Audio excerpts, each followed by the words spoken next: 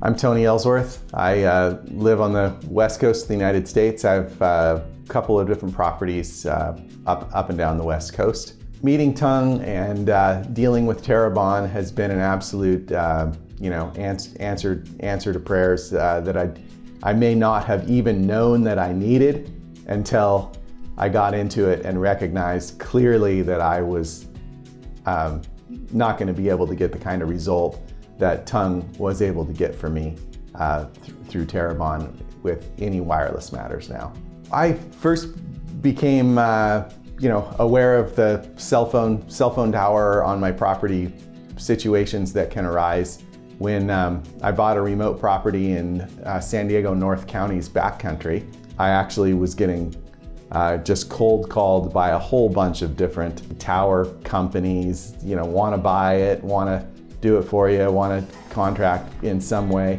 It was actually a lot of noise, and I didn't know, I realized then that I didn't know enough about the cell phone tower industry or being a cell phone tower landlord. I got acquainted with Tung, and I could tell immediately that he knew that he was a hands-on guy, and he knew his stuff. He knew the landscape of players so specifically that he was actually able to almost prophesy. He goes, okay, so the next thing that's going to happen is you're going to get a call from, let's just say X company, and they're going to offer you a specific dollar amount, and they're not really going to tell you why.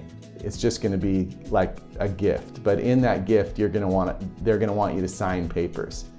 And so when you get that call, don't sign anything and call me.